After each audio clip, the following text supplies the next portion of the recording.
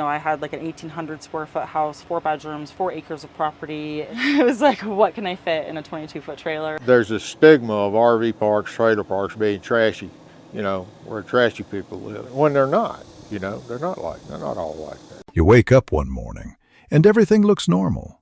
The sun is out, traffic hums in the distance, and people rush to work. But beneath that normal noise, something feels wrong. Grocery store parking lots are quietly turning into neighborhoods. Cars that once drove to offices now sit still, windows covered, a faint glow inside at night. These aren't travelers. They're teachers, nurses, veterans, people who once had homes, now living where no one's supposed to. Rents are rising faster than paychecks. Loans pile up like shadows that never leave. And behind every smiling Vanlife post on social media, there's a story of someone who ran out of options, someone who couldn't keep up.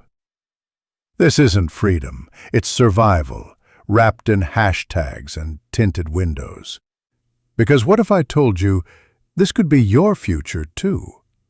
Welcome to the world where the American dream runs out of gas, and the parking lot becomes home. If you want to know how this happened, and what's coming next, stay till the end.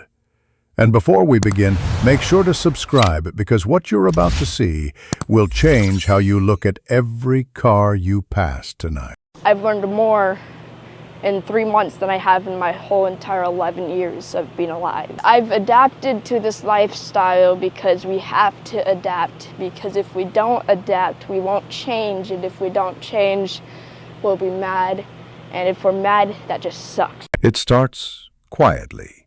No breaking news, no sirens, no big announcement. Just a slow shift, the kind you don't notice until it's already too late. A parking lot that used to empty at night now has a few cars that never leave. A bathroom at a 24-hour gym that's suddenly more crowded before sunrise. A Walmart security guard who's started recognizing faces that never seem to go home. These aren't people running away from society. They're people who used to be society. Teachers, delivery drivers, nurses, soldiers. They had paychecks, homes, plans, until the math stopped working.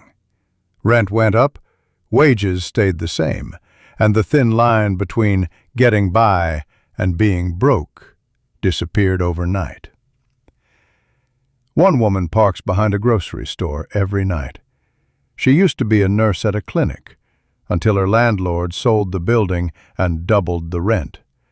Now she works full-time, showers at the hospital before her shift, and sleeps in the back of a 2008 Honda Civic. Her co-workers have no idea. She calls it temporary. But that was 8 months ago. A veteran in Los Angeles sets up in a quiet corner of a church parking lot. He keeps everything organized, military neat. His car smells faintly of soap and gasoline. He jokes with the security volunteers, saying, "At least I don't have to mow the lawn." But when the lights go out and the parking lot falls silent, he stares at the ceiling and wonders if this is what freedom looks like now. For millions, this isn't adventure. It's the new American routine. Social media turned it into a fantasy. Vanlife, minimalism, freedom from rent. But behind every beautifully edited sunrise and coffee mug photo, there's condensation on the windows, aching backs, and the quiet fear of being noticed. Because one complaint, one knock on the glass, and the illusion of stability shatters. Housing prices have exploded. In many cities, a one-bedroom apartment costs more than an average paycheck can support. A teacher would need to work over 120 hours a week to afford rent near their school. A nurse can save lives during the day and still not afford a roof at night. And it's not just the poor anymore, it's the people who once thought they were safe. Debt has become the silent landlord. Every month, credit cards, loans, and interest quietly collect their share. People don't lose homes because of one big failure. They lose them through 1,000 small ones. An extra fee here, a medical bill there, a job that cuts hours. Until one day they're sitting in their car, realizing the car payment is now their rent. We needed warranty repairs. They said, well, bring it in, drop it off for 2 to 3 months. That's a challenge if you're living in it. Let's put it this way. If you have a relationship with God or a God, it's strengthened on stormy nights in an RV. Cities know this is happening. Some offer safe parking programs, small lots where people can sleep legally for a few hours. They come with rules: no noise, no trash, no signs of living. It's meant to be temporary, but temporary can last a long time when there's nowhere else to go. Volunteers walk between cars checking on families. Kids do homework by flashlight. Parents whisper so they don't wake the baby. Every night, thousands of people across the country sleep in their vehicles. Some hide it from friends and coworkers. Others post filtered photos, pretending it's a choice. And in a way, that lie, that thin layer of dignity, is all that's left to protect them from the truth. Because this isn't just about homes. It's about identity. In America, where you live isn't just a place, it's who you are. Lose your address, and you lose your mail, your job applications, your medical records, your right to vote. Lose your address, and you start to disappear. But the most chilling part? This isn't a collapse. It's a quiet adaptation. The system isn't failing, it's evolving.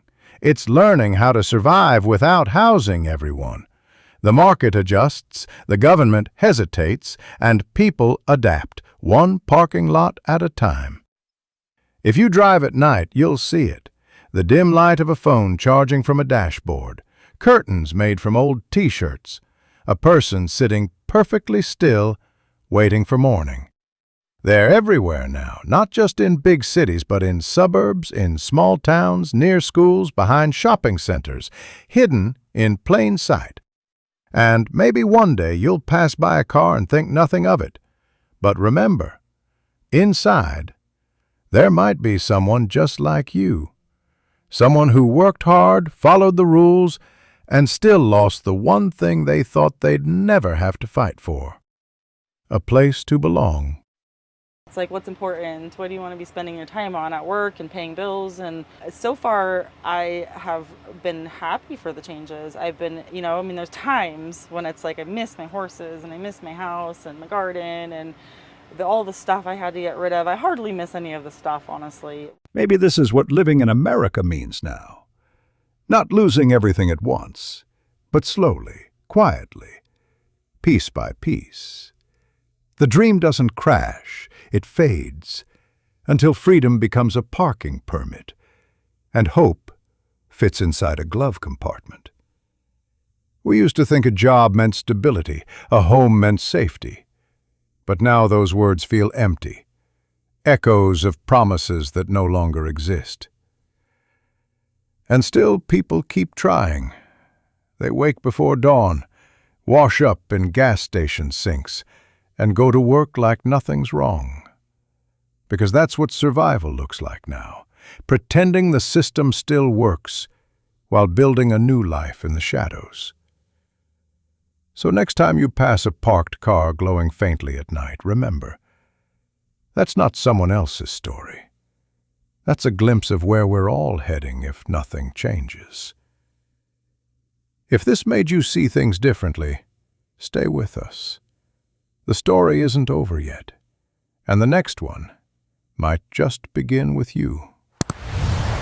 Subscribe, and keep watching the world as it really is.